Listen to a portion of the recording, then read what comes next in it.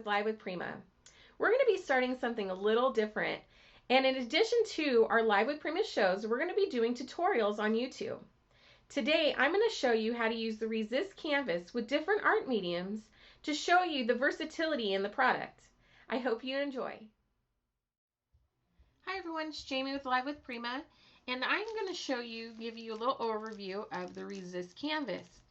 Each pack comes with an assortment of shapes and sizes.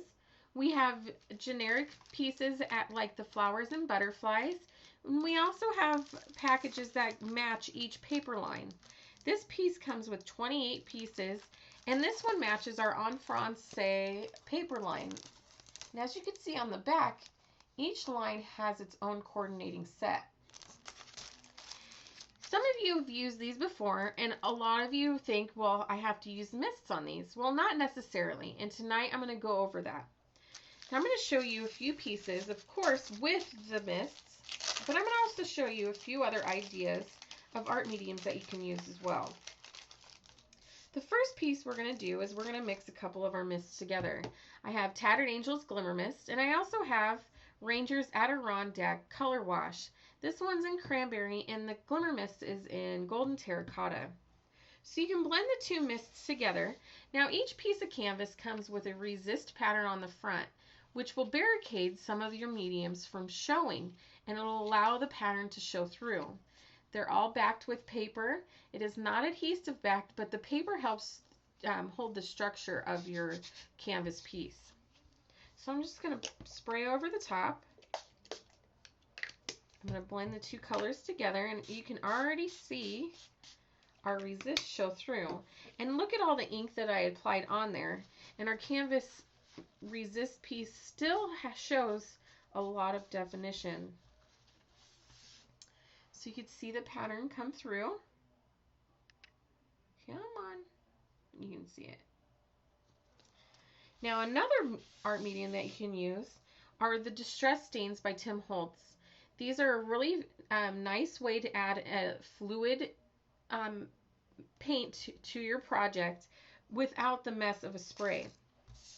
Now this one is called Peeled Paint, and I'm just going to dab the color right onto our canvas. And even as dark as the peeled paint is, our resist still shows through. I can apply the paint exactly where I want it with very little mess. I'm just going to buff off some of the ink so that there is a higher contrast between the resist and the canvas. And there's another way that we can add color to the resist. Now, of course, you can use any other fluid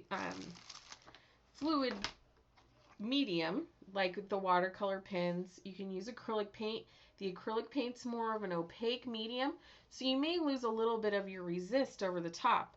But with the watercolor pen, you'll still get that vibrant contrast. I'm just going to show you on part of this. You can see the definition still between the two. Come on. There we go. See the definition between the two. Now you can also use dry mediums. This is one of Prima's liquid chalk edgers, or fluid chalk edgers. And this is shaped into an iron. You have your fine tip and you have your broad tip for broad application and getting into those little corners. Comes with a handle. The color on this one is Raspberry Pie. And I'm going to go ahead and grab one of my little flowers.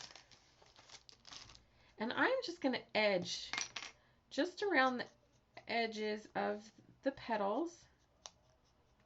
You can see here how I'm just edging right around, getting into those little corners with the tip of my inker, my fluid chalk. These dry extremely quickly, so you don't have to worry about it coming off on my hand, which I already have ink all over the place.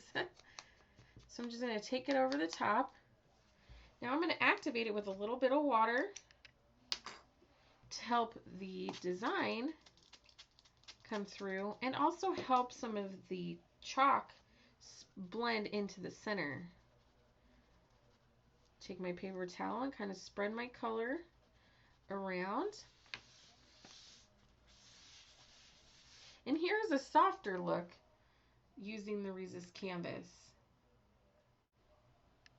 So there's one piece with just some of the chalk edger and a little bit of water. Now for another piece, what you could do is you can also use some of the pan pastels. These are a caked pastel instead of the sticks that you'd use in art class. These come in a cake form, and then you can use their different applicators. And what I'm just going to add a little bit of the pan pastel to the edge. Now with the pastel, you can just use it dry, blend it into your canvas, or just like the fluid chalk edger, add a little bit of water and blend it into the canvas. And this just gives it a softer look. It's not as vibrant and bold as the wet applications are, but you still have the resist show through. So there's a few ideas on how to use the resist canvas pieces and how you can add them to your scrapbook pages and cards as embellishments. You can also create them into three-dimensional effects. I took 3 of the flat canvas pieces and I folded each one in half. And then I overlapped each one of them just like this. And then put a flower in a smaller piece in the center. You could put a button or a brad in the center of it, and you've added a three-dimensional canvas flower that you can coordinate with the rest of your Prima products and embellishments. So there's a few ways that you can use the resist. If you weren't familiar with it yet, it gives you a little more information.